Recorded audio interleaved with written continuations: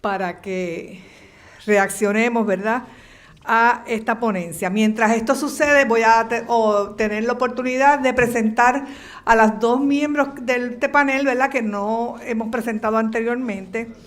La doctora Karen Martínez González obtuvo su grado de medicina en la Escuela de Medicina del Recinto de Ciencias Médicas, en donde también completó una especialidad en psiquiatría general, que la necesitamos todos en Puerto Rico, y luego una subespecialidad en psiquiatría de niños y adolescentes.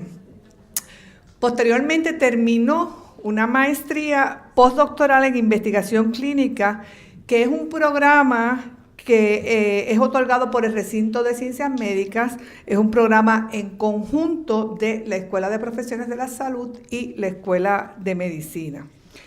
Durante esta etapa, mientras estaba haciendo sus investigaciones como parte de sus proyectos de maestría y posterior después, porque la maestría tiene otras fases, ¿verdad?, de apoyo para investigadores incipientes, tuvo como mentor al doctor Gregory Quirk y en conjunto con el doctor Quirk pudo abrir una nueva vía de adiestramiento para los residentes de psiquiatría al poder establecer un laboratorio de fisiología humana para trasladar los estudios de extinción del miedo que el doctor Quirk había ya hecho en las ratas.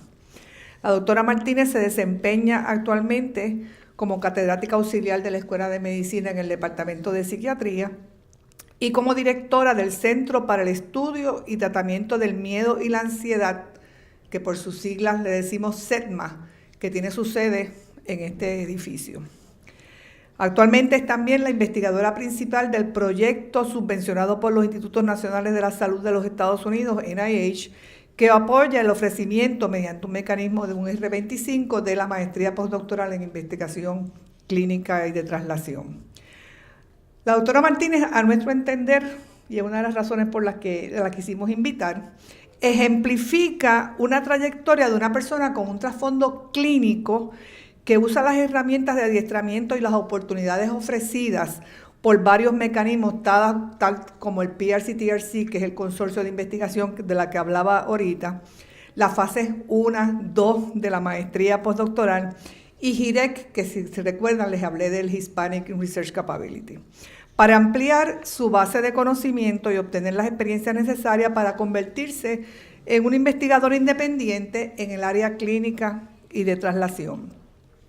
Tiene varias publicaciones en las áreas de psiquiatría de niños y adolescentes y más recientemente, y como parte de sus investigaciones en su paso por la maestría postdoctoral, en las fases del área de miedo, destacándose algunas relacionadas a las diferencias que el trasfondo étnico traen a las respuestas al miedo y otras referentes a la evaluación de la ansiedad en pacientes puertorriqueños. Durante su carrera ha recibido reconocimientos por sus ejecutorias durante su fase de adiestramiento y como investigadora. Nuestra otra panelista es la profesora Silka Ríos Orraca. La profesora Ríos Orraca ostenta los grados de bachillerato y maestría en microbiología con especialidad en micología. Se desempeña como catedrática asociada de microbiología en la Universidad Central del Caribe. Durante su carrera académica y administrativa ha ocupado varias posiciones, como son la dirección del Comité de Planificación Estratégica de la Escuela de Medicina de la Universidad Central del Caribe, al igual que al Comité de Investigación para Estudiantes de Medicina. Ha sido profesora invitada en su especialidad en las Universidades Interamericana y San Juan Bautista. Desde el 2006 se desempeña como decana asociada de Asuntos Académicos de la Escuela de Medicina de la Universidad Central del Caribe y como presidenta del Comité de Currículo de la misma escuela. La profesora Ríos también representa a la Universidad Central del Caribe y es co-líder de la sección de colaboraciones y sociedades, lo que nosotros llamamos Collaborations and Partnerships, en el Consorcio para la Investigación Clínica y de Traslación de Puerto Rico, el PRC-TRC, en donde me complace compartir labores con ella. Tiene a su haber varias publicaciones en los temas de producción de quimicinas como resultado de infecciones o de abuso de sustancias. Así que el formato va a ser que Vamos a hacer una especie de resumen, ¿verdad?, de lo que nosotros escuchamos hoy por parte del doctor Fronteras Roura y abrir a una discusión de la cual, por favor, queremos que la audiencia sea parte importante de la misma, porque de ahí precisamente es que podemos sacar los conocimientos. Yo estuve mirando y escuchando, ¿verdad?, la ponencia del doctor Frontera y más o menos quisiera resumirla, ¿verdad?, en términos de, primero, que es algo que a veces no se entiende. Hacer investigación es un reto que si uno hace la investigación bien hecha, pues trae muchas gratificaciones, pero que se tiene que entender, por eso la cascada, donde él nos puso allá arriba antes de tirarnos por la cascada para abajo, ¿verdad? Estamos en ese punto y a veces cuando estamos así decimos, pero estamos locos porque nos vamos a tirar por ahí para abajo.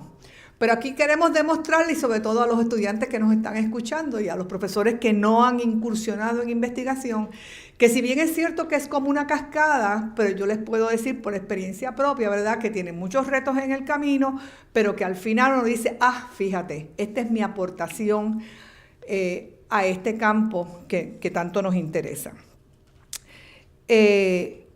Interesantemente traía, ¿verdad?, aunque él no dijo el nombre, al doctor Rochholt, cuando hablaba de esta persona de la AAAS, ¿verdad?, que decía que en la investigación hay que preguntarse cosas que se pueden explicar empíricamente y luego aplicar ese conocimiento a la vida diaria, como un ejemplo de qué es lo que nosotros decimos, ¿verdad?, cuando estamos hablando de investigación translacional. Habló después, y no lo voy a decir todo, ¿verdad?, de por qué hacemos investigación, porque queremos aportar, porque tenemos una pregunta que nos parece vital en las áreas específicas donde nosotros estamos, porque sentimos que podemos impactar a la sociedad, no solamente a los pacientes, sino podemos impactar la política pública que se establece para atender diferentes situaciones. Me parece sumamente importante el hecho de que se reconozca de que una de las razones por las que hacemos investigación es que porque el conocimiento no es estático, el conocimiento es dinámico. Y nosotros, si no fuese dinámico, estaríamos en el conocimiento científico de los griegos, para hablar de una sociedad que en su momento era fantástica, ¿verdad?, en términos del conocimiento en ese momento. Pero es uno de los ejemplos claros que tenemos de que el conocimiento es dinámico. Así que nosotros no podemos quedarnos haciendo decisiones con los conocimientos de hace, como él decía aquí, 50 años atrás, 100 años atrás, etcétera, ¿verdad?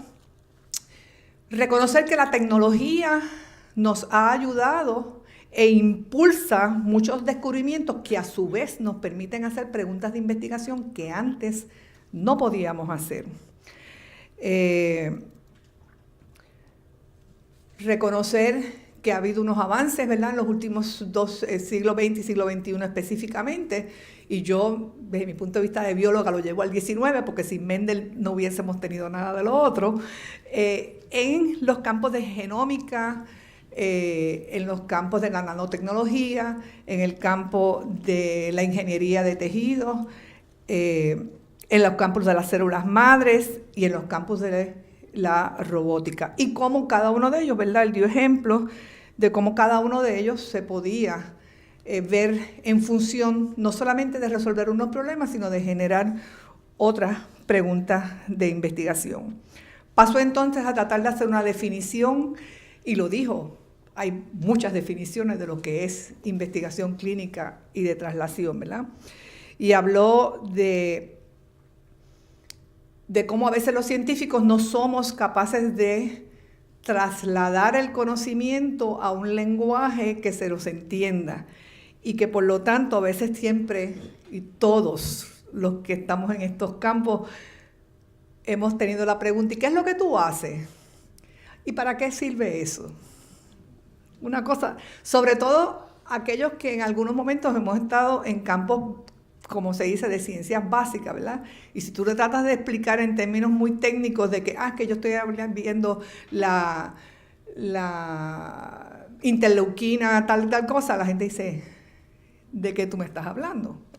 ¿Para qué sirve eso? Bueno, así que él trató de traer ejemplos, ¿verdad?, de cómo la investigación clínica y translacional se podía finalmente llevar a las mejores prácticas clínicas en la comunidad.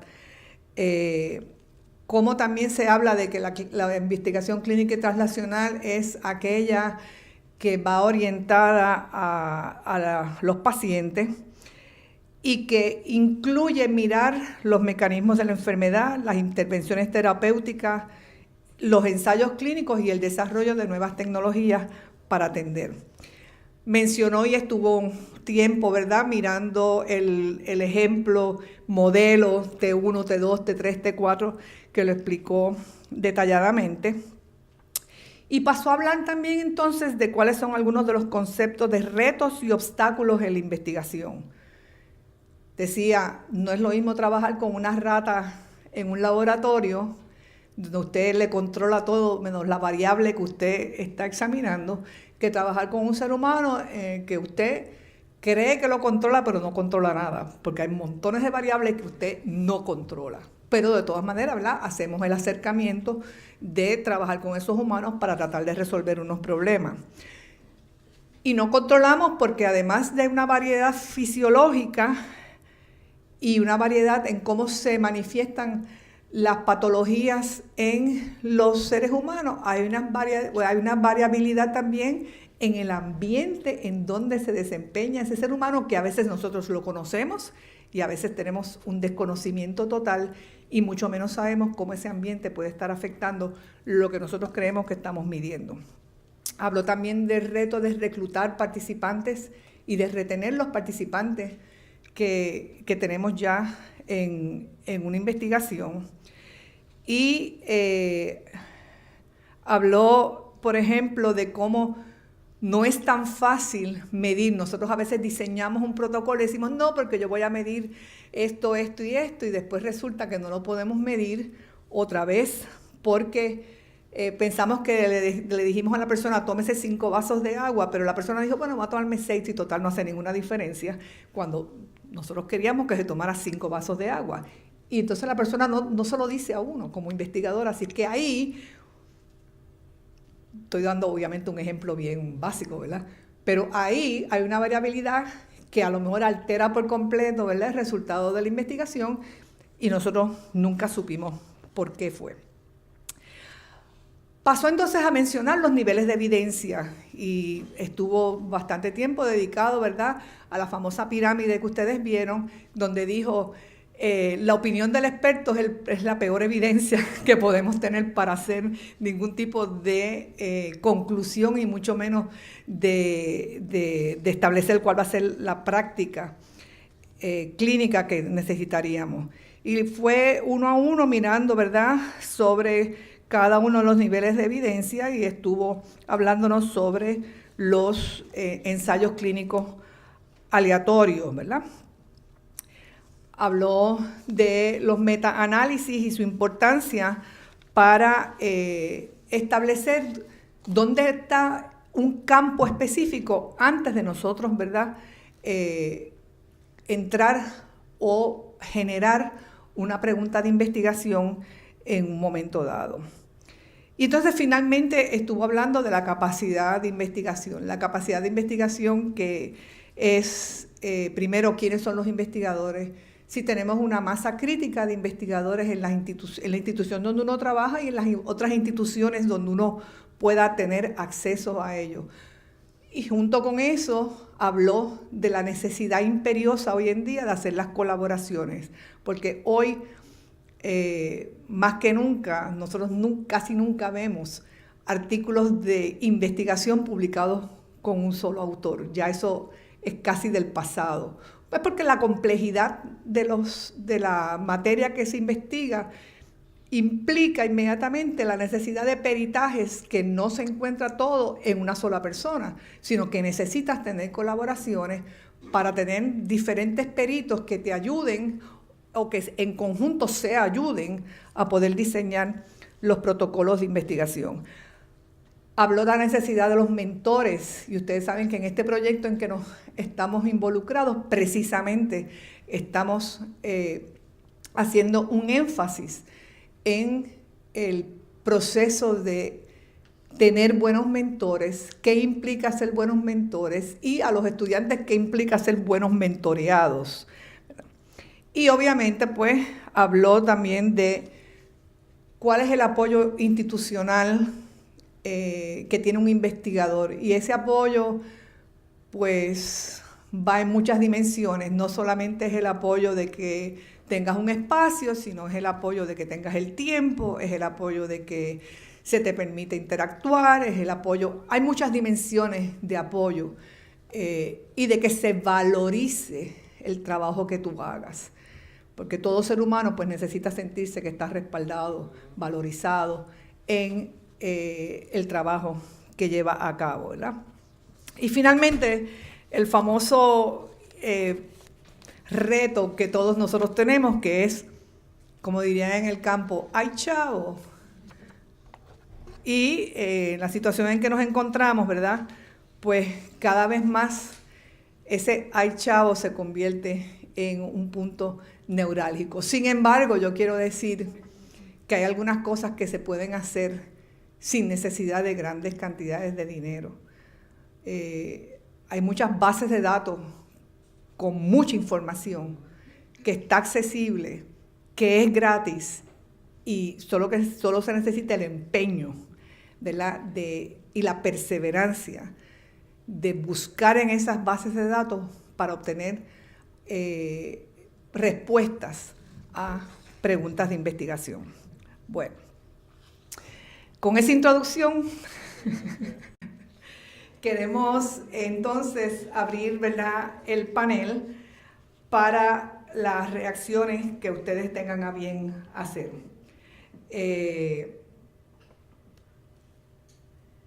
Entre los puntos que traje, ¿verdad?, él habló sobre investigación clínica, investigación básica, interacción entre la ambas y la idea de investigación clínica y translacional. Si ustedes quieren opinar, y la audiencia, por favor. ¿Verdad? Ya que tengo el micrófono, pues asumo. Pues definitivamente uno de los aspectos que el doctor estaba trayendo en términos de desarrollo de investigación clínica translacional, y sobre todo pensando en el simposio y de que estamos tomando en consideración cómo desarrollar, seré yo, estoy magnética, se oye como, pero no. Sí, Luisa está entrando y saliendo. Ah, ok. Pues en términos de la enseñanza a nivel subgraduado, entiendo que es extremadamente importante, ¿verdad?, lo que se está haciendo con Título 5, de empezar desde ese punto, porque tomando en base tanto mi experiencia como investigadora como mi rol dentro de la maestría postdoctoral en investigación, pues aquí en Puerto Rico no necesariamente existen unos ambientes de investigación sólida donde uno puede empezar a hacer investigación desde temprano. Y la realidad es que yo, que empecé a hacer investigación después de haber terminado mi especialidad en medicina, eso fue muy tarde. Y he tenido unos obstáculos que tienen que ver con haber empezado tan tarde, que pues han hecho que quizás no haya logrado las metas que yo quisiera lograr de investigación en el tiempo que lo quisiera lograr, porque tenía mucho conocimiento de qué es investigación, cómo se hace investigación, que tardé mucho en mi proceso de carrera en adquirir. Así que el empezar a un nivel subgraduado a obtener estas destrezas de qué es investigación, cómo uno desarrolla una carrera de investigación, y sobre todo cómo uno va poniendo desde la base de escoger el tema, de empezarse a ser experto en el tema, de conocer el tema, de lo que trajo el doctor Frontera, de ir creando estos equipos interdisciplinarios, porque definitivamente no hay manera de hacer investigación clínica translacional sin que sea un equipo de personas que traigan diferentes perspectivas, diferentes conocimientos y destrezas. Rodearse de los mentores adecuados, que también el doctor Frontera hizo énfasis en eso, porque cuando uno está en el proceso de desarrollo, pues uno necesita de estas personas que han pasado por desarrollar una carrera en investigación clínica translacional para que pues puedan guiar a uno y que pues no se cometan los mismos errores. Y otro de los aspectos que trajo el doctor Frontera es que no podemos perderle perspectiva que si uno quiere ser un investigador independiente es que vas a tener fondos para tu investigación. Y hay muchas maneras de ser investigador independiente que no necesariamente es a través del Instituto Nacional de Salud, pero él también trajo en términos de fondos que el Instituto Nacional de Salud es quien mayormente da fondos para investigación. Y ellos tienen un concepto bien definido de lo que es un investigador y de cuál debería ser la carrera de ese investigador. Y a ellos les gusta mucho ver estas historias desde nivel subgraduado hasta nivel graduado, hasta que eres clínico, cómo es que esa historia se ha unido para entonces llevarte al punto de estar listo para ser un investigador independiente. Así que los estudiantes que están aquí, que quizás uno sobre todo al principio se siente como que yo de esto de investigación, yo no sé si yo estoy listo, estamos allá arriba, ¿verdad? Si me tiro o no me tiro por la cascada, están en el punto indicado de que si tienen el interés ahora, pueden adquirir estas destrezas y pueden lograrlo, que aunque sí, ¿verdad? Es un camino difícil, a la misma vez es un camino de muchas recompensas para que se pueden contestar muchas preguntas que entonces se lleven a la vida diaria, como fue lo que trajo el doctor Frontera, ¿verdad? De la traslación. Muy buenos días. Sí, hello. Muy buenos días. Quiero felicitar a los objetivos y el proyecto Título 5, que me parece que es excelente idea, apoyando lo que dice la doctora por una razón. Si comienzan a nivel subgraduado, y ahora estoy hablando a nivel de ya su preparación premédica y clínica, ahora mismo se está desarrollando en las escuelas de medicina y preparando a esos profesionales del futuro de la salud a que si vienen preparados a nivel subgraduado, perfecto, porque entonces entran, nosotros tenemos por ejemplo en la universidad un currículo longitudinal y desde primer año ya ellos están dirigidos a conocer más la investigación y cada día las exigencias que los mismos estudiantes están teniendo para hacer proyectos, para estar involucrados, para conseguir residencias en cuanto a la investigación es de suma y vital importancia. Uno de los retos que hemos encontrado es conseguir esos famosos mentores, esos famosos investigadores de nivel translacional. Es un reto y tenemos que trabajar eso un poquito más en Puerto Rico. Así que si vienen preparados del nivel subgraduado, ya cuando entran pues van a tener unos conocimientos que les va a permitir pues continuar su trayectoria de una manera mucho más fácil. Y no solamente eso, yo he visto el cambio, ¿verdad? Llevo un tiempito, ¿verdad?, en esto y he visto el cambio de lo que sucedió en los últimos 5 años, de que antes para los estudiantes a todo nivel no era tan importante la investigación. ¿Qué es eso de investigación? Inclusive cuando nosotros comenzamos con esto, como que no se lo cuestionaban. Hoy en día no, hoy en día hasta cogen periodos, tiempo prestado de su preparación médica para irse a hacer investigación y tener publicaciones y estar fortalecidos y preparados en esa área. Así que esos retos son bien importantes. Conseguir ese tipo de personas y tenemos que empezar de abajo para crear esa conciencia, esa motivación, ese interés de tirarnos y quitarnos ese miedo de que, ay Dios mío, esto será importante, podré, no podré, cómo lo podré hacer, porque son muchas las preguntas que cuando comenzamos a hacer investigación tenemos. Y saliendo de ese tema un poquito, uno de los retos cuando ciencias básicas, por ejemplo, un tiempo trabajando bastante en investigación en ciencias básicas, es fácil, porque la investigación de ciencias básicas era sencilla, era mi proyecto, mi trabajo, yo lo hacía a mi tiempo, cuando yo quería, cogía 2 o 3 personas, pues ya está bien. Ahora no, ahora involucra un grupo muy grande de personas, donde la destreza, la comunicación, el tiempo, la dedicación, la seriedad entre ese grupo de personas, y como él dijo, el reto, imagínense, trabajar en grupo de personas, es a veces con 2 y tenemos a veces problemas de comunicación. Y el tercer reto que tenemos son los pacientes, los participantes. Los participantes de antes, yo recuerdo, y no se lo puedo olvidar nunca en mi vida, en un proyecto de investigación que hacíamos con HIV, teníamos a esta participante, y era el tiempo en que la tecnología no era tan avanzada.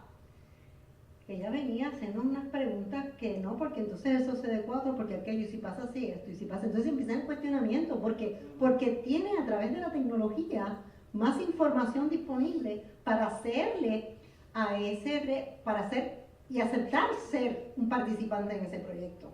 Entonces son muchos los retos que tiene el investigador clínico y los mismos, ¿verdad?, que estudiantes que están comenzando en lograr convencer a los participantes de que sean parte de esos proyectos. ¿Por qué? Porque la tecnología está, la información está ahí y le van a empezar a cuestionar a usted muchas cosas. Me acuerdo que a veces yo decía, esta señora sabe más que nosotros, hasta cierto punto. Y ese punto es bien interesante. Así que yo felicito de verdad porque están haciendo y están sembrando una semilla que va a dar unos frutos, espero yo, maravillosos. Lo felicito. Sí, yo quiero coger de pie forzado la introducción de la doctora Karen Martínez González sobre su experiencia. Y como mencionó la profesora Silvia Ríos Raca, es interesante y sería bueno hacer un diagrama, que es el diagrama, ¿sí?, de la experiencia de vida de cada uno de los que hemos estado en este proscenio, en este momento. Nosotros 5.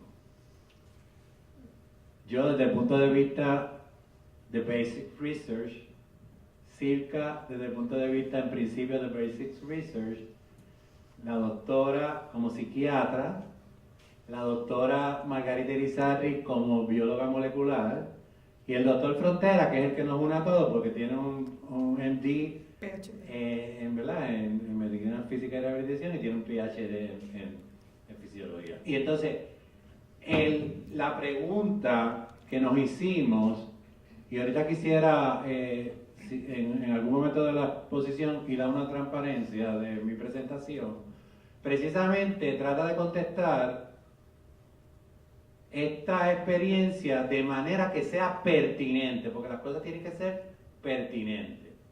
Si no es pertinente a nosotros, que es la pregunta que está detrás de todo esto, si no es pertinente a la salud de nosotros o de la población o la comunidad, que es algo que ¿verdad?, hacerlo tan rápido porque quizás se le quedó, que es importante también, que es bien importante, desde el punto de vista de Community-Based Research, pues entonces no. Entonces yo quiero hablar, así como dijo la doctora Martínez y la profesora Ríos, de cuál, en mi caso particular, cuál ha sido la experiencia general. Y por qué esto es bien importante en el día de hoy, en el momento que nos encontramos en el siglo XXI, que ya mismo estamos a un cuarto del siglo XXI. Y empezamos en este negocio, como dijo el compañero, comenzando este siglo, en lo que ahora se llama Clinical and Translational Research, pero como ustedes ven, dentro de la historia ya está definido, porque obviamente, como dice la Biblia, no hay nada nuevo bajo el sol. El mundo sigue dando vueltas.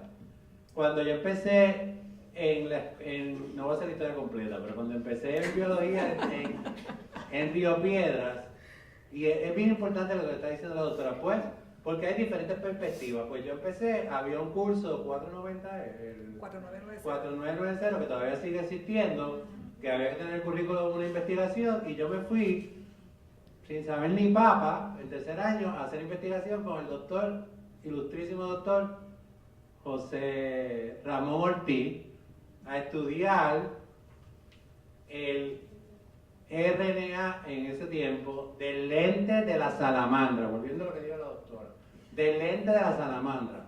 Estaba en la Universidad de Puerto Rico, me decían el salamandro, pero eso aparte. Y del lente de la salamandra, y después yo descubrí, volviendo a la pertinencia, que él estaba estudiando el lente de la salamandra porque él tenía una condición de un ojo de vidrio, y todos lo conocemos aquí, sabemos quién es. Y nada, volviendo a esta experiencia del primer nivel, que es bien importante, T1, el Basic Research, o lo que decimos acá, el bench, el de laboratorio, cerrado allí donde no estamos interaccionando con nada, con ratas, con animales y no salimos ni al sol, pues ahí comencé a estudiar algo muy parecido a lo mismo.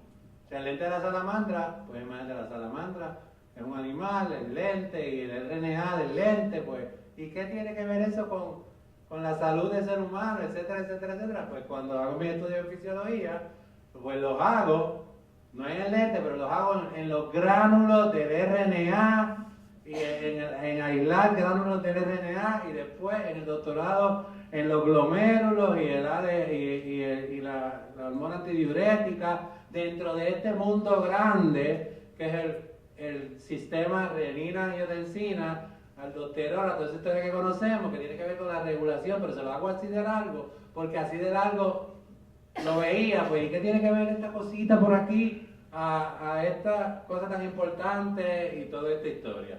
Y como siempre, la misma pregunta viene a nuestro, ¿qué tiene que, o sea, eso no es solamente los de afuera, uno mismo dice, en un momento dado dice, ¿y qué tiene que ver esto con mi papá, mi mamá, mi hermano, aquel que tiene tal cosa, y uno entra en su momento de frustración? ¿Cuántos aquí no han tenido alguna frustración en la vida? Levante la mano el que no haya tenido ninguna frustración. Con la ventaja que el laboratorio que la doctora ilustrísima, o el ilustrísimo doctor Quick, recientemente descubrió que la frustración, los receptores están en el núcleo paraventricular del tálamo, así que ya tenemos un lugar. Así que en momentos de la vida podemos tener el núcleo paraventricular hipertrofiado. Y llegó un momento que yo me lo hipertrofié con la frustración de que era lo que estaba haciendo aquí. Y por ahí seguí estudiando. Pero hago todo este cuento porque tiene mucha relación por lo que estamos aquí hoy. Porque todo lo que estamos aquí somos resultado, porque la doctora Circa Ríos dice aquí muy bien lo que están haciendo, pero con la primera que yo hablé en la UCC cuando vamos a empezar esta propuesta fue con ella, con Circa Ríos, porque ella ya estaba, había empezado, estaban en la idea de hacer el PRC-TRC. Y verdad, todo esto, aunque parezca una historia muy larga, todo esto tiene relación. Cuando yo entonces entro en esta cuestión de las frustraciones de la vida, de para dónde que va a coger la carrera, pues me voy. Allá, visiting scientist de la clínica Mayo, en Rochester, Minnesota, unos veranos, allá a estudiar. Entonces cuando llego allá, volviendo lo mismo, pues llego allá y entonces ahí en Basic Research, aquel era un famoso investigador de hipertensión y el laboratorio, cuando me dice, bueno, los protocolos que tenemos aquí son mono y cerdo, yo le dije, yo no quiero ni trabajar con mono, ni trabajar con cerdo, yo solamente sé trabajar con rata. Y el cuento largo corto, pues tuve que hacer un protocolo de rata, someter un suplemento, me aprobaron el suplemento para hacer toda esta parte. Y volviendo a las capacidades y a las frustraciones, pues cuando vengo con mi equipo de hacer todo lo que voy a hacer, el huracán George se llevó, no sé si se acuerdan lo que estaba aquí, se llevó parte del ¿cómo se llama? De la casa de animales. Y un revolú, y volviendo a la capacidad, al dinero, que aunque eso sea cierto, pues cuestan, hay que alimentar las ratas, hay que hacer el per diem, los modelos que yo usaba eran 10 meses, 20 meses y 30 meses, así que la historia fue que como que el núcleo paraventricular se aumentó nuevamente. Y lo que quiero decir con toda esta historia, que parece que, ¿verdad?, que no tiene ninguna relación, pues sí tiene mucha relación. Entonces, cuando la doctora Estela Estapé me invita a ser parte de la maestría postdoctoral, aquí es que yo voy a liberar mis frustraciones con lo que tiene que ver la historia de la investigación, y aquí es que yo voy a hacer mi aporte por lo que estoy diciendo. Y para concluir esta exposición, quiero, volviendo a lo que dijo la doctora, y lo que tiene que ser pertinente. A los políticos no les interesa la salud, y ya lo hemos visto en detalle. No les interesa la ciencia, lo que les interesa son los votos. ¿Cierto o falso? Y entonces, si esto que yo estoy haciendo no tiene nada que ver con el Wikita o whatever comunidades por allá en Estados Unidos, pues no le va a tener ninguna importancia. Y eso es algo que ella va a preguntar próximamente.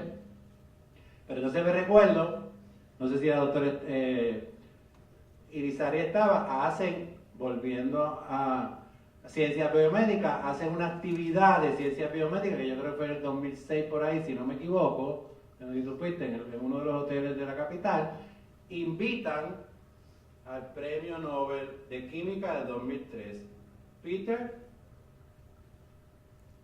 El de las acuaporinas. El Sí, de yo las estaba allí. acuaporinas. Yo Y estaba siempre allí. me recuerdo que él dijo lo siguiente, volviendo a esta experiencia que hemos tenido todos. Porque ahora mismo yo me proyecto cuando estaba preguntando a mi familia, ¿pero qué yo aquí averiguando el glomérulo de la esquina, de la whatever, lo que fuera? Pues él, la mamá le dijo, al fin tú has hecho algo en tu vida que yo uso, porque yo uso las cremas que tienen acuaporina. Premio Nobel.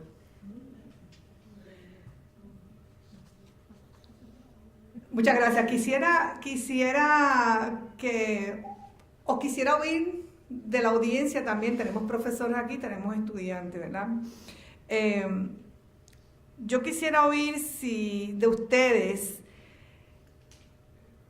primero dos cosas.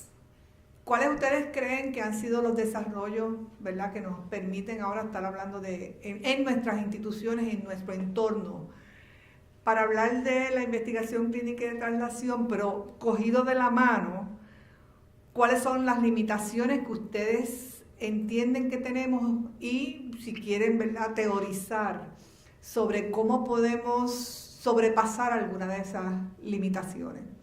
Lo voy a abrir al público.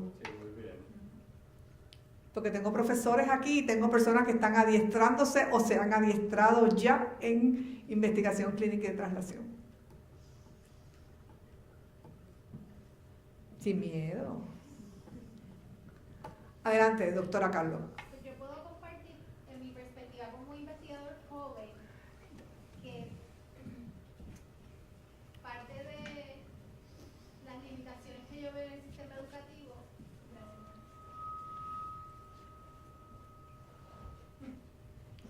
que parte de las limitaciones que yo veo es que la institución no ha podido separar, y yo estoy hablando de la UPR porque no conozco el sistema de la UCC, pero separar, darle una autonomía a la investigación para que la burocracia administrativa de la parte académica no interfiera con los procesos de investigación que no necesariamente pueden contar con ese tiempo, ¿verdad?, que dilata tanto los experimentos y poder mover las cosas. Entonces, yo entiendo que parte de la clave de que ha crecido la investigación ha sido que los medios que utilizamos actualmente, las redes sociales y todas esas cosas, nos han permitido exponer más todos los logros que la universidad ha adquirido a través de la investigación, especialmente en este recinto lo vemos mucho. Así que se está fomentando más. Entiendo que eso está haciendo que se desarrolle nuestro campo, pero por otro lado, y sé que hay esfuerzos, por ejemplo, aquí para desarrollar un decanato de investigación y todos estos esfuerzos, perfecto, pero la limitación de la burocracia yo creo que es una barrera grandísima, y lo estaba comentando el otro día con la doctora Irizarry, hasta para pagarle un sujeto tenemos que, ¿verdad?, pasar por tantos obstáculos y comprar equipos de investigación y esperar 3 meses en lo que aprueban las cosas para poder iniciar un proceso. Sí, eso es igual en toda institución. El problema es el hacer entender, el que puedan internalizar la importancia de que si yo pido una célula, esta célula yo la necesito para allá, no la necesito para de que 6 meses. Que se les facilite la rapidez y el acceso a los mismos estudiantes en las facilidades 24/7. El entender que a las 12 de la noche yo tengo que ir a medir y sacar en medio unas células. Eso no es fácil. Aquí volvemos otra vez al primer punto del doctor Frontera, del trabajar con humanos, y acuérdate que cada uno lo vemos de la perspectiva de nosotros. Nuestra situación, nuestro problema es el más grande que existe. Olvídate que tengan todos los demás. Entonces, para el investigador, eso es lo más grande, el que sus estudiantes puedan entrar cuando quieran, a las facilidades cuando quieran. La administración muchas veces no entiende, y eso es un problema, es una lucha constante. Y eso yo creo que hay que continuar trabajando y orando mucho para ver que se pueda mejorar eso, porque eso existe. Yo creo que en la mayor parte de las instituciones sí se ve progreso, hay progreso y todo, pero internamente en la conciencia del administrador no ve el impacto que tienen muchas de estas cosas. Pero ¿y cómo tú me vas a comprar un equipo tan caro y me lo vas a mandar a...? Esto no puede ser, no le ven el sentido, no se lo ven. O sea, ahí es donde está el problema.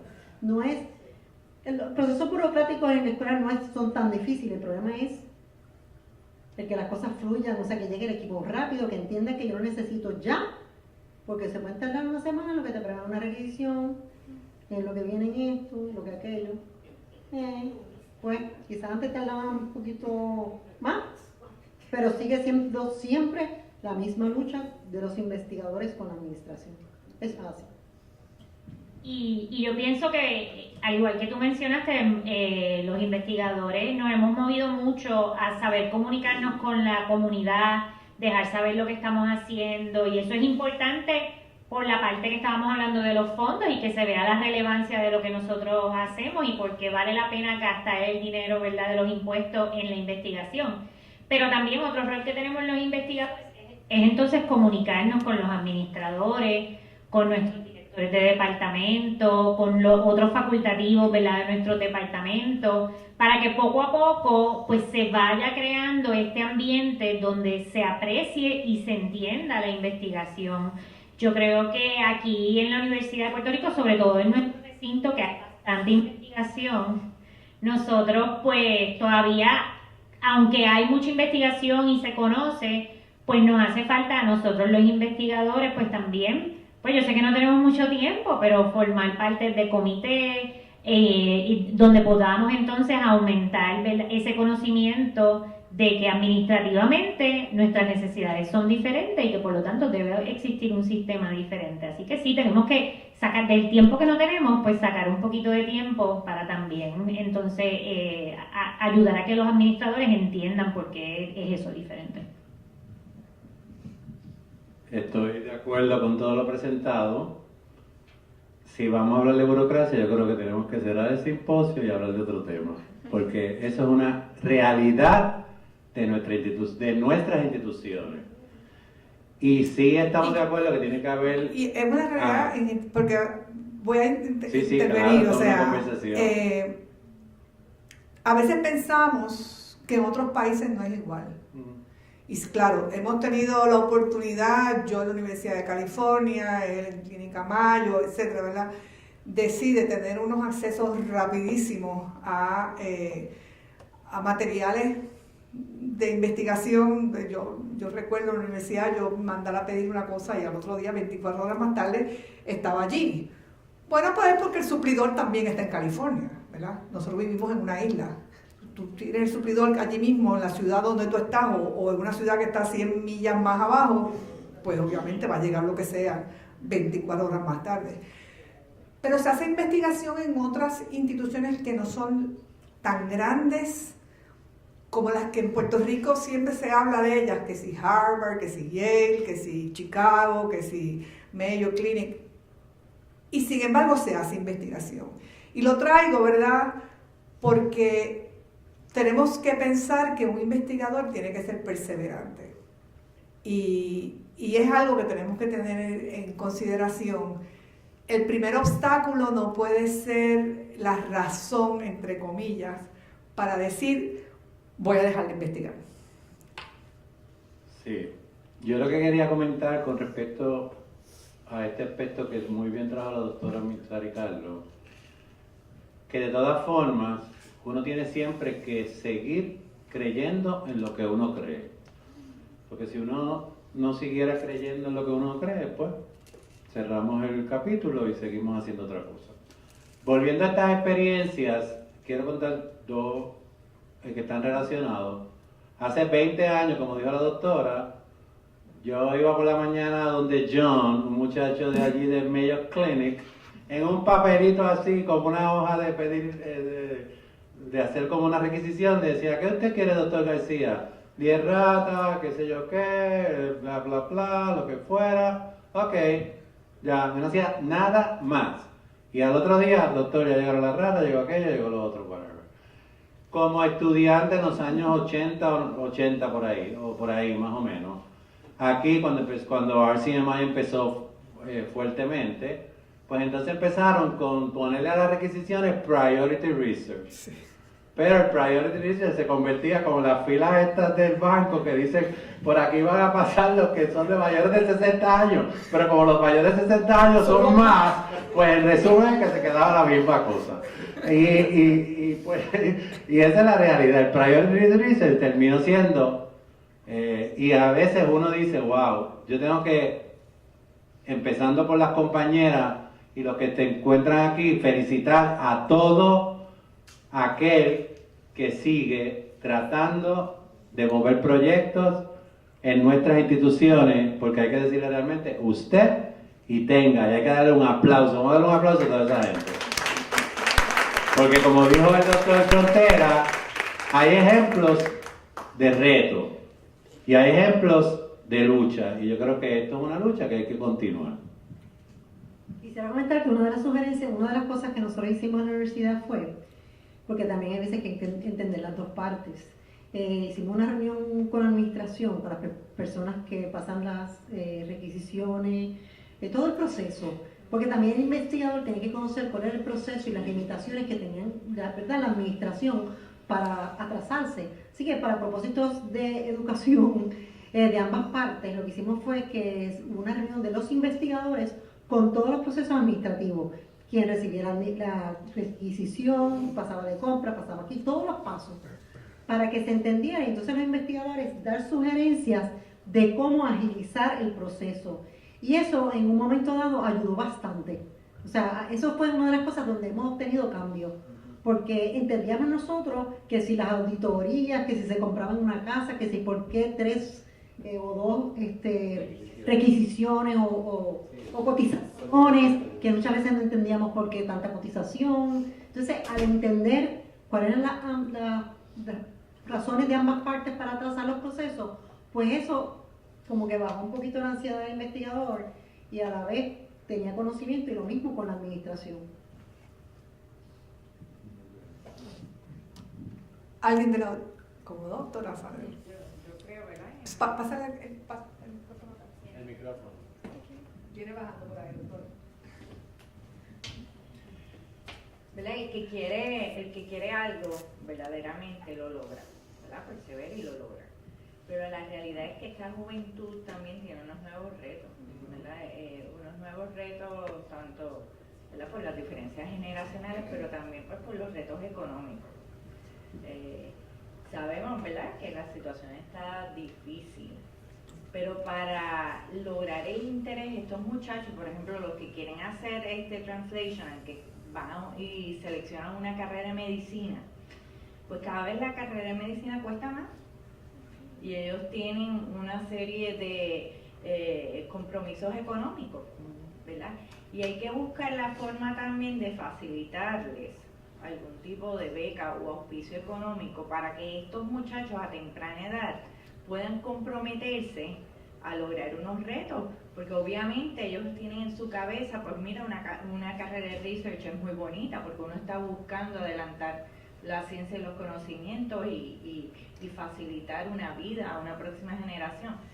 Pero cuando tú estás confrontando de que, diablo, pero voy a salir con $200,000 de deuda en la escuela de medicina y si cojo research me voy a atrasar todavía más y a eso voy a empezar a competir con otros centros que, como dice la doctora Martínez, pues obviamente son gente que ya vienen de abajo preparándose, y cuando uno viene a competir, si empezó un poquito más tarde, como le pasa a la doctora, pues entonces obviamente va a encontrar unos escollos porque no tenemos la misma experiencia. Así que esa parte de poder facilitar unos auspicios o alivios, ¿verdad?, que la persona que realmente esté motivada pueda encontrar un terreno donde, o sea, no es que va a empezar una carrera donde va a ser fructífero inmediatamente, pero por lo menos que pueda encontrar unos apoyos para que pueda seguir una vida y vea, ¿verdad?, el beneficio de seguir por ese campo, pues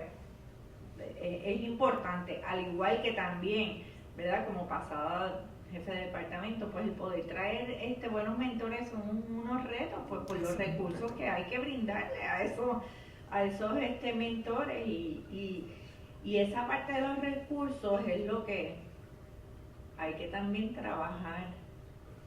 Como nosotros aquí tenemos estudiantes que no necesariamente son de la escuela que van a ser médicos, sino que tenemos estudiantes de otras profesiones de la salud. A mí, también tienen sus deudas porque ellos estudian también. No, así eso iba. Precisamente a eso iba, ¿verdad? Sí es cierto, estamos de acuerdo, ¿verdad?, de que los tiempos no están fáciles, pero claro, uno también tendría que mirar si los tiempos eran fáciles en 1930, ¿verdad? 1950. Eran tiempos bien difíciles, ¿verdad? O sea, siempre yo creo que cada etapa, era, momento, tiene sus dificultades especiales. Ahora, ¿cómo podríamos atender, por ejemplo, la limitación de los mentores? ¿Cómo podríamos facilitar a estos estudiantes que están aquí en sus diferentes carreras clínicas, ¿verdad?, en su desarrollo de los currículos? Porque a veces lo que pasa es que hemos llenado los currículos con muchos cursos y no abrimos unos espacios reales donde se respete el tiempo del estudiante para hacer investigación y que se le dé reconocimiento, ¿verdad?, para que ese estudiante diga: no, yo hice esto durante, qué sé yo, 2 semestres o lo que sea, ¿verdad? Y aquí está. Y para mí, y me gustaría oír los comentarios, ¿verdad?, es un reto porque a veces, y voy a hacer una anécdota aquí, cuando el recinto de Río Piedras reconceptualizó, tuvo 15 años tratando de reconceptualizar el currículo del bachillerato, ¿verdad? En un momento dado, pues me dicen: Margarita, léete la propuesta de reconceptualización del currículo porque tú no estás viciada, porque tú estás en el recinto de ciencias médicas y no has sido parte de las discusiones, ¿verdad? Yo tomo el documento, lo leo, ¿verdad?, y hago unas anotaciones y regreso a donde la persona que me lo había dado y le dije: bueno, en esta reconceptualización del currículo, que dicho sea de paso, no sé si así fue que quedó, pero en aquel momento adolece de que sacas al estudiante de estudios generales, ¿verdad?, y le dices a las diferentes facultades que abran unos espacios para unos cursos de carácter electivo para que tengan esa educación general. Y lo que va a pasar aquí es que cada facultad va a encontrar la próxima química que tú quieres que cojan, o la próxima contabilidad que tú quieres que cojan, o la próxima, o sea, otra vez un curso de especialidad y vas a olvidarte de la educación general. Y eso pasa, y entonces es esa idea de que los currículos tienen que estar llenos de cosas, ¿verdad?, sin pensar en que tiene que haber otras experiencias que van más allá, porque es de la química o de la matemática o de lo que sea, ¿verdad?, de lo que esté estudiando la persona. Y a mí me parece que mucho de eso nos pasa a nosotros aquí también con los currículos. Nosotros, por un lado, decimos, ¿verdad?, como recinto, y no sé, en la escuela de la Universidad Central del Caribe, de que sí, de que apoyamos la investigación, pero cada vez que yo veo los currículos que se someten, son todos llenos de cursos y cursos. Yo no veo espacio para otra cosa que no sea cursos. Irse a sentar en un salón de clase a coger cursos. Entonces, hay otras, máxime ahora que tenemos tanta tecnología, que el estudiante tiene otras posibilidades de aprendizaje que no sea necesariamente tener que estar en un salón de clase oyendo una conferencia o lo que sea.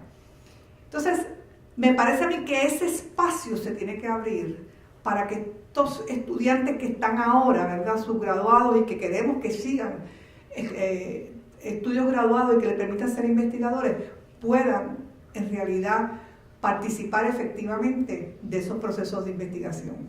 Lo abro. Sí, yo, en términos de lo que estábamos hablando, ¿verdad?, de lo caro que es en las profesiones de salud y que pues obviamente yo creo que el problema con ser un profesional de la salud investigador es que probablemente tú te puedes ir por la rama de la práctica de tu profesión de la salud y quizás sea hasta más lucrativo que tú dedicar, no, definitivamente va a ser más lucrativo que dedicarte a la investigación. A la misma vez el Instituto Nacional de Salud está bien claro de que los clínicos somos unos investigadores bien importantes porque estamos en contacto directo con las personas que sufren de las condiciones que entonces estamos investigando. Así que ellos están bien interesados, inclusive, ¿verdad? Hay un workforce de cómo aumentar los clínicos en la investigación. Y uno de los mecanismos que tiene el Instituto Nacional de Salud es el Loan Repayment Program, que es que entonces te pagan los préstamos estudiantiles que hiciste durante el doctorado. Inclusive el Instituto Nacional de Salud en Minorías y de Disparidad, o NIMHD por sus siglas en inglés, tiene un Loan Repayment Program específicamente del instituto que no reciben suficientes solicitudes. Así que pues siempre que yo hablo con alguien del instituto me dicen, ¿por qué no estamos recibiendo más solicitudes de Puerto Rico? Ustedes están en el momento, ¿verdad? En la situación ideal. La gran mayoría de los proyectos de investigación tienen que ver o con la salud de latinos o con disparidades de salud. Y de nuevo, yo entiendo que por eso es importante empezar a nivel subgraduado y que las personas vayan desde que están en bachillerato pensando que cuando yo entonces, ¿qué yo necesito para solicitar el Loan Repayment? El otro mecanismo que tiene el Instituto Nacional de Salud son los K-Awards, que son los Career Development Awards, donde tú puedes usar el 100% de apoyo para el salario. O sea, que es un investigador joven que puede tener un grande investigación donde todo su salario esté cubierto para dedicarse a investigación. Y eso, pues, ningún otro grant te permite hacer eso.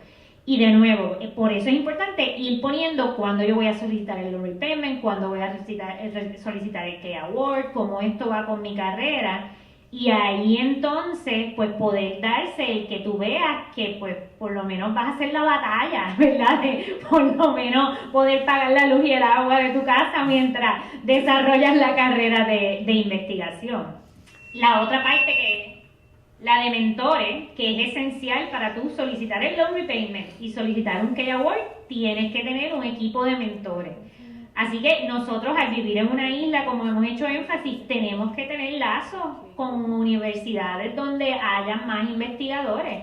Y yo creo que de nuevo aquí, sobre todo en el recinto de ciencias médicas, tenemos grandes colaboraciones con Mayo Clinic, con la Universidad de Pittsburgh, con Moffitt, con MD Anderson, con muchas otras instituciones que tenemos que sacarle provecho. El doctor Frontera en la presentación lo dijo, o sea, parte de un buen mentor es que sea una persona que tenga un network de conexiones fuera de aquí. Así que pues todos los que estamos aquí que somos profesores, tenemos que cuando vayamos a diferentes conferencias a presentar, pues crear ese network que quizás no sea para nosotros, pero quizás uno de nuestros estudiantes, ese sea un posible mentor. Así que yo entiendo que sí hay mucho que podemos hacer y hay oportunidades afuera. Si yo sugiero en ese aspecto, ¿verdad? Que si en algún momento se va a crear el decanato de investigación, que haya un equipo que esté buscando para facilitarle a los clínicos, porque si tú tienes que también buscar esas oportunidades, es que haya alguien que esté buscando las oportunidades donde, ya sea repayment de los loans, o ya sean oportunidades de grants, que los busquen, que ya los tengan ahí para hacerle accesible a aquellos que quieran, pues esas oportunidades. Y mecanismos para ayudarlos a preparar las solicitudes, Exacto, que sean porque son solicitudes competitivas, o sea que como no reviewers, exacto. Porque aquí también hay, ¿verdad? No todo el mundo tiene unas facilidades y no todo el mundo tiene las mismas oportunidades en la vida, y hay gente que, por ejemplo, el lenguaje nada más, eso es un gran impedimento. Si tú tienes a alguien que te ayude a leer y a proofread y a escribir esa propuesta o a escribir esas cosas que tienes que hacer, pues es una ventaja. Bueno, yo ahí voy a tener que darle un plugin a Collaborations and Partnerships del PRCTRC. El PRCTRC tiene ahora mismo ya disponible ese tipo de recursos y a veces nos preguntamos por qué no viene más gente. No, te lo digo, o sea, no, solamente lo digo y yo sé yo sé parte de la contestación, pero sí existe por ejemplo, un mecanismo para ayudarte a editar, ¿verdad? A escribir, por ejemplo, y reconocemos, ¿verdad?, que estamos haciendo una solicitud en otro idioma que no es el vernáculo y eso trae un nivel adicional de complejidad.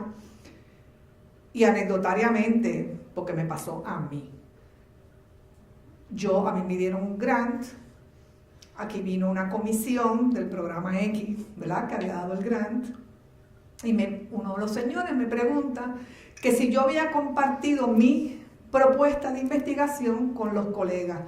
Y yo pues fui bien sincera y le dije, mira, yo sé que eso se supone que se haga para que uno tenga, ¿verdad?, retroalimentación, etcétera, pero la realidad es que no. El próximo comentario no tuvo que ver nada con ciencia, sino el próximo comentario fue, pero es que su propuesta está muy bien escrita en inglés y las otras no. Entonces yo ahí reacciono a ese comentario y le dije, bueno, yo entiendo que usted no podría escribir una propuesta en español. Y me dijo, no, yo no podría. Pues entonces, el valor científico, a menos que sea imposible entender, ¿verdad?, la meta del proyecto, la forma en que se va a hacer los experimentos o el acercamiento o el tratamiento de pacientes o lo que sea que se está proponiendo, eso no debe ser la razón para no otorgar, ¿verdad?, un respaldo económico. Pero no deja de ser un escollo. A los estudiantes en algún momento, los que estamos participando en este proyecto, yo creo que deben enterarse cómo es que se hace, ¿verdad?, una revisión de las propuestas, cuando uno manda esa propuesta para que ustedes vean el tipo de rigurosidad y cosas tan sencillas como no me gusta el inglés en que está escrito, yo no lo voy a leer, ¿verdad? Es que no debería ser, porque estamos hablando de ciencia, ¿verdad? Pero todos somos humanos. Y hablaba el doctor Frontera ahorita, ¿verdad?, de que había que bregar con los humanos y que no era fácil bregar entre dos, decía la profesora Río, y mucho menos bregar con un panel que puede tener 12 personas, 13 personas, y le dan 10 minutos para presentar una cosa. Si no le gustó, pues no le gustó, ¿verdad? Me gustaría oír los estudiantes, digamos. Buenos días. Yo tenía una pregunta para más llegado a los estudiantes de PhD, que nos queremos adentrar, cuál sería el mejor camino, cuál sería las mejores sugerencias que ustedes nos darían de cómo encaminarnos hacia poder lograr llegar a hacer investigación translacional. Sí, excelente pregunta. Y quisiera hacer aquí un par de comentarios, y por eso puse la transparencia. En primer lugar, las presentaciones las vamos a estar disponibles para todos, ¿verdad? La del doctor Frontera, la del panel y la nuestra. La nuestra, para seguir el rigor del tiempo, como estamos en Puerto Rico, era de media hora, le dicen 15 minutos, por eso, como dijo la doctora, iba rápido. Pero el propósito era que estuviéramos en esta presentación del doctor Frontera y en este diálogo que ha sido excelente. Como les compartíamos a ustedes, en primer lugar quiero decir que la doctora Karen Martínez González es un ejemplo de la posibilidad de desarrollarse y seguir una carrera, y no solo eso, habiendo comenzado, ¿de qué clase tú eres? Habiendo comenzado en 2006, más o menos, graduó en 2006. No, me gradué en 2008. 2008, entre el primer y segundo ciclo de la maestría postdoctoral, en la cual participamos la doctora, este servidor y algunas personas que están aquí, pues ella se graduó, y 8 años después, casi 9, es la directora, la investigadora principal de la maestría en investigación clínica postdoctoral, que entra en su 4º ciclo, no en su primero y segundo, sino en su 4º ciclo.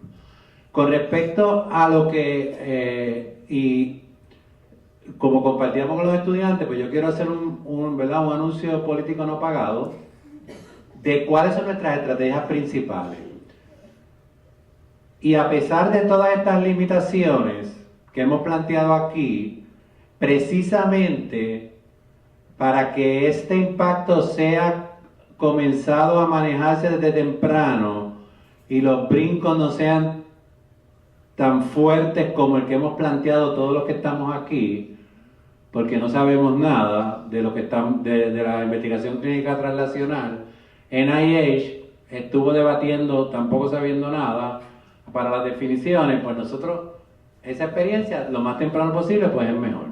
Pero entonces aquí, yo quiero hacer una frase, como hemos dicho esta mañana: crezco con el reto y utilizo el motor para con el ideario seguir adelante. Y eso es lo que es el proyecto Título 5 cooperativo entre el Recinto de Ciencias Médicas y la Universidad Central del Caribe. Y haciendo un comentario que mencionó el doctor y que mencionó la profesora Victoria Delgado, bibliotecaria, el primer componente, y trayendo lo que dijo la doctora Nazario, y comentó la doctora Margarita Irizarry, esta parte de escribir, ya sea en español o en inglés, ¿verdad? Porque ya sea artículos, comunicación científica, en el periódico, en un artículo, en un extra, lo que sea, pues se va a integrar en lo que hemos llamado, a mí me encantan los acrónimos,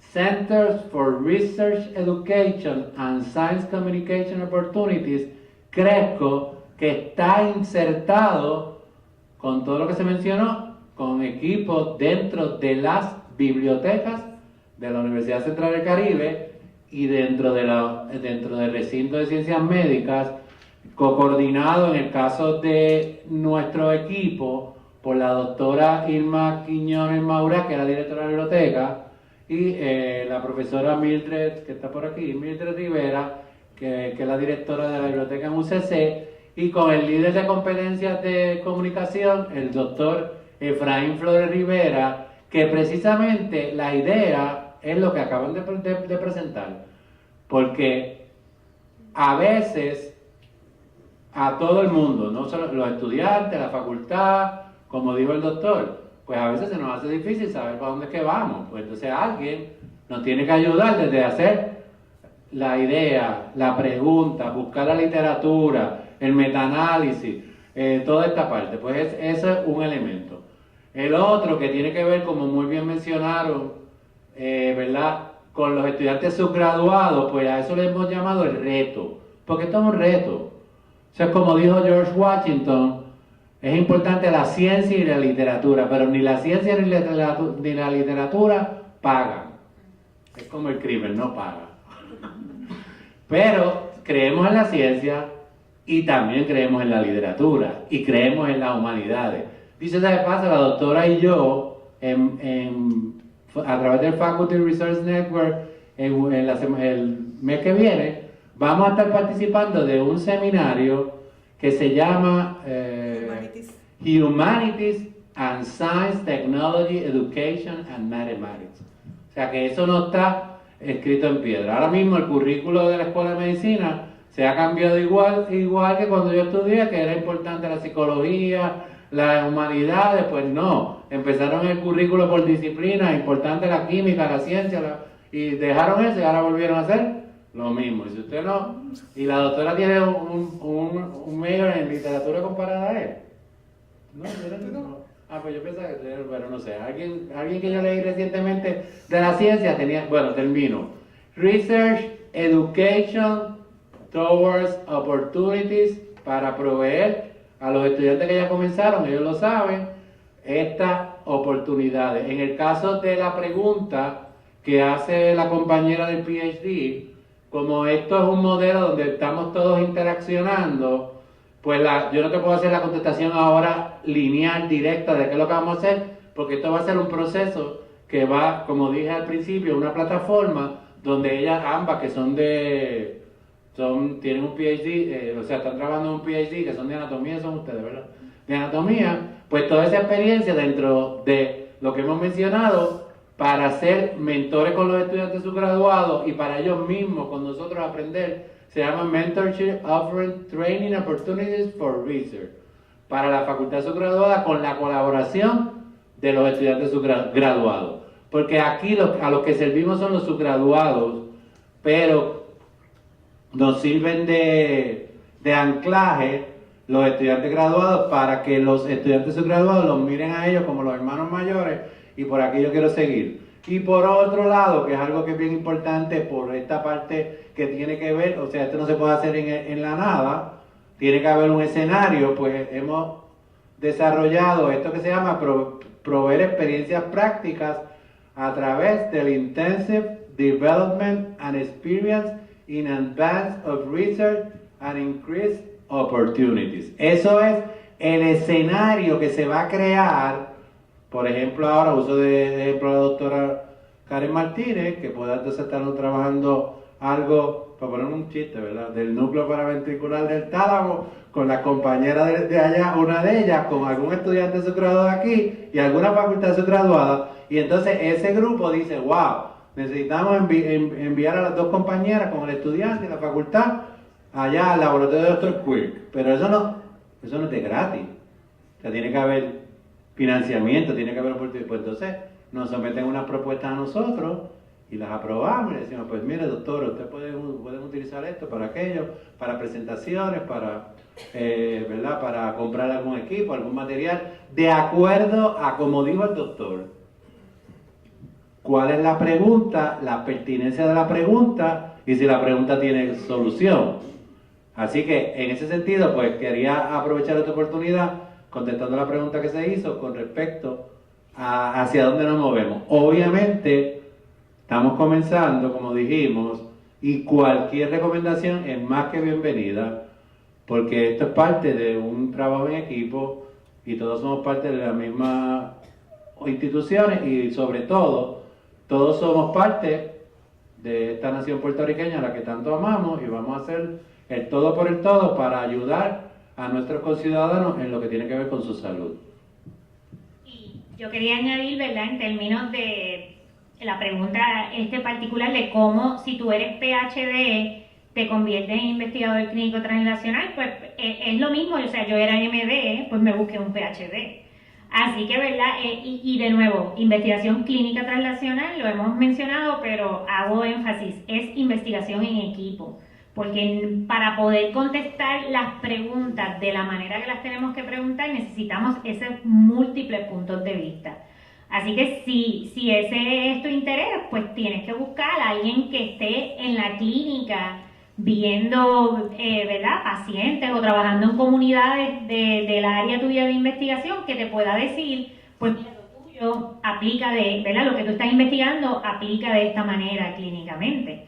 Y entonces, pues, ¿verdad?, ya que estamos haciendo diferentes plugs, pues aprovecho para hacer el plug de la maestría postdoctoral en investigación clínica, que nosotros, pues, ¿verdad?, ya es diferente, ¿verdad?, lo de título 5, pues nosotros somos a nivel postdoctoral y hemos tenido varios PhD que entonces hacen la maestría postdoctoral para eso mismo. Ya yo tengo todo este adiestramiento en cómo hacer investigación básica, pero yo quiero utilizar eso para moverme entonces a clínico transnacional, pues eso es exactamente, ¿verdad?, lo que es nuestro programa. Y por allá arriba está Bianca, que ella es PhD en farmacología y está haciendo ahora mismo la maestría, y hemos tenido PhD en anatomía, ahora mismo tenemos una ingeniera química, en fisiología, hemos tenido muchos diferentes ¿verdad?, diferentes especialidades, ¿verdad?, o doctorados que quieren entonces moverse hacia eso. Y igualmente en el PRC-TRC tienen el proyecto de los pilots, que si tú haces tu equipo con un investigador clínico, con un clínico, también es otro recurso. Porque como la doctora Irizarry dijo, yo soy experta en aprovechar todas las oportunidades que hay dentro de la Universidad de Puerto Rico, y ese es mi, ¿verdad?, si yo pudiese decir algo, eso es lo que hay que hacer, hay que aprovechar lo que hay aquí para uno formarse y entonces empezar a buscar esas oportunidades afuera. Yo quiero hacer un comentario, yo soy PhD. Lo peor que nosotros tenemos en nuestra carrera académica es entrar y salir, ya sea de UCC o de aquí, todos los días por la misma puerta y no hablar con nadie. Eso es lo peor que podemos hacer. Yo les digo que con una estrategia de desarrollo, ustedes deben ir a la gran mayoría de los seminarios que se ofrecen, independientemente si es obligado o no es obligado. Porque entienden algo. O si, mire, independientemente si usted entiende o no entiende, Exacto. yo entiendo que posiblemente esa es la mejor herramienta para usted abrir barreras, conocer a otra gente que le interesa temas posiblemente que estén, si no es exactamente su tema, pero a lo mejor algo que va paralelo a su tema. Conocer, en el caso de ustedes que son PhD, conocer la parte clínica, ¿verdad? Y cómo se relaciona a lo mejor lo que tú estás estudiando. No, pero Sí, ¿qué? pero la pregunta. Sí, de hecho yo estoy ya en un área un poquito más clínica, pero pues, pensando en el futuro, estoy ahora mismo estudiando la condición de hipospadia. Y la idea es recoger tejido de... Con el doctor Juan Carlos Jorge. Sí. Ok. Fíjate que yo te puedo decir inmediatamente con quién tú estás. Porque es que precisamente hay que conocer lo que hay. Hay que conocer quiénes son quiénes. Hay que conocer cuáles son las oportunidades. Y yo te lo digo porque todos hemos sido estudiantes, bueno, él y yo que somos PhD, sabemos que a veces la presión es, entro, me voy a quedar en el laboratorio, voy a estar en el laboratorio 12 horas, salgo y me voy para mi casa. Hubo 5 seminarios ese día y yo no fui a ninguno. Fatal, porque no te enteras, no sabes lo que hay, no sabes cuál es el campo, no sabes... Ahora mismo el doctor Frontera tiene un seminario que yo me lo voy a perder porque no estoy en Puerto Rico, que tiene que ver con lo que yo dije que era su especialidad, ¿verdad? La función muscular en los viejos. Es el 25, yo no estoy en Puerto Rico. Si yo estuviese en Puerto Rico, yo estaría allí, y de hecho yo lo oí a él hace, no sé, 5 años atrás, algo así, pero quiero saber qué ha pasado, ¿verdad? Desde la última vez que yo lo oí hasta ahora. Y tú me dirás, ¿y qué tiene que ver eso con lo que usted hace? Pues bueno, directamente tú puedes pensar, no tiene nada que ver porque yo lo que hago investigación es en cáncer de próstata, pero ¿sabes qué? Cáncer de próstata es una enfermedad de viejos.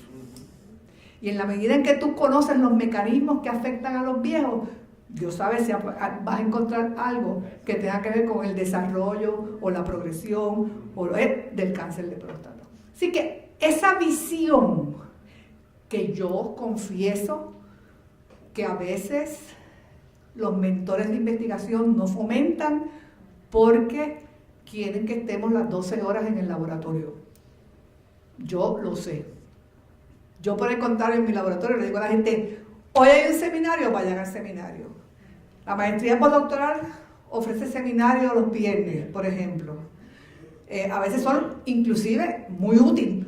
Es la presentación de la pregunta de investigación de los estudiantes que están en primer año, para que usted vea el mecanismo de pensar, ¿verdad? De cómo me acerco a esto, desde todo el marco de investigación clínica y translacional. Así que mi contestación sería, haga uso de todas las oportunidades que están disponibles.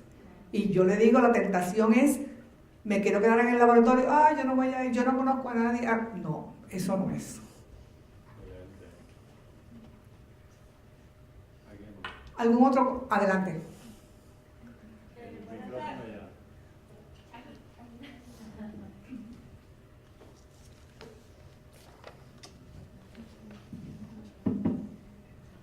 Buenos días, soy la doctora Clara Camacho de UPR Río Piedras. Una de las particularidades de su programa y una de las cosas que hemos podido ver con todo esto es que Título 5 no, aunque es un esfuerzo que se está llevando a cabo en el recinto, no debe quedarse en el recinto. Me explico. La mayoría de los programas que tenemos aquí se nutren con las otras instituciones. Y esta idea de la investigación, ¿verdad?, a nivel translacional, etcétera, es algo que muchos de nuestros estudiantes no conocen, ni lo saben, ni saben que tienen esa alternativa. Y tenemos entonces este reto, como el doctor García menciona, que es algo que tenemos que ir rescatando porque nuestros estudiantes piensan que vienen aquí con un currículo en donde tienen que cumplir con sus horas, con sus clases y graduarse. Y no presentan esa oportunidad, no tienen esa oportunidad de decir, espérate, desde que estoy tomando mis cursos generales en biología, química, terapia, lo que sea, no tienen esa visión. Y claro, se entiende obviamente de que hay unas estrategias a nivel de cada una de las escuelas, etcétera, pero esa base se tiene que hacer desde el principio. Y segundo, aportaría inclusive más al desarrollo y el desempeño académico del estudiante, porque en muchas ocasiones los estudiantes son buenos estudiantes porque han tenido experiencias de investigación y no al revés. Y en ese sentido se ha visto mucho, es mi experiencia como profesora en esa área. Ella ha dado en el clavo. Espero que no 100% de acuerdo, pero... Excelente exposición. Y cuando yo hice la presentación dije, me voy a enfocar en lo que tiene que ver en este momento con los estudiantes. Pero estamos de acuerdo con usted.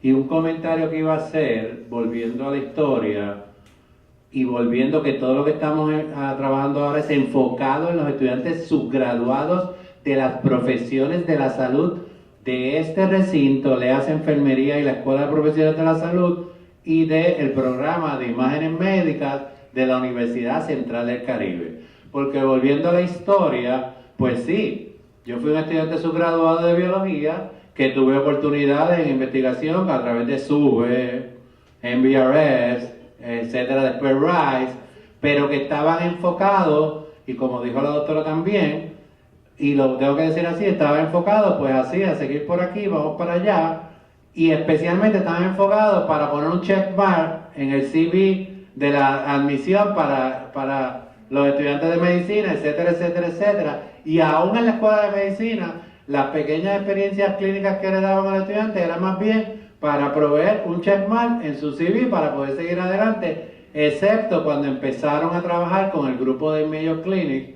con, ¿cómo se llama el decano? El que vimos allá, el Winterback y Magui y todo ese grupo de gente que empezaron a insertarlo como una posibilidad real, no como solamente un checkmark para poder seguir adelante.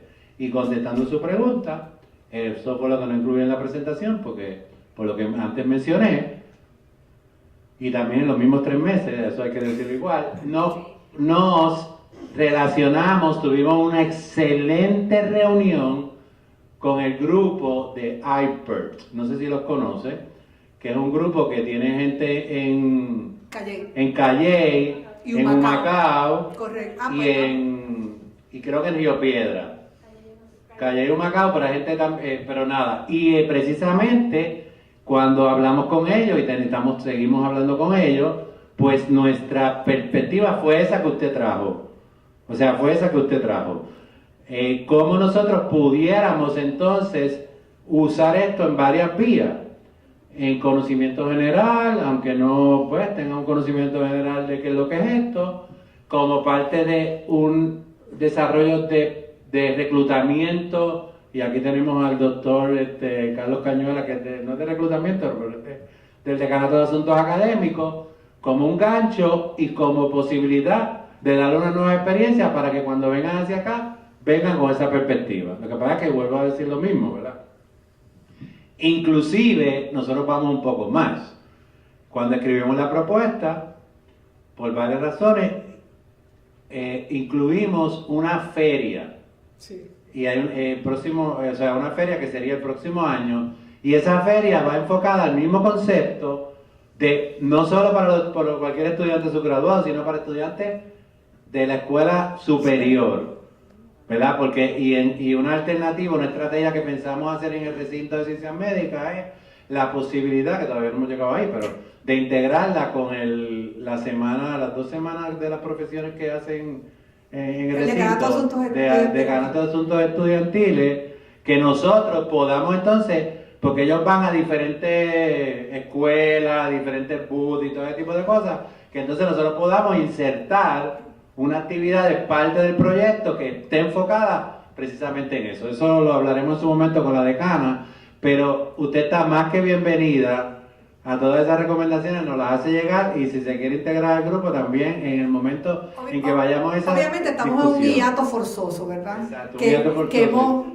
pues, pero las conversaciones con Hiper ya estaban.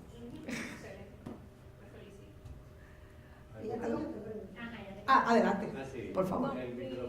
Mi comentario iba más o menos por la línea de la compañera. El primer comentario era que, pues, por lo menos nosotras como estudiantes graduadas de aquí, de la Escuela de Medicina, nosotros nos enteramos de este programa no por nuestro departamento ni por nuestra escuela, sino por unas personas externas. ¿Por qué no me extraña?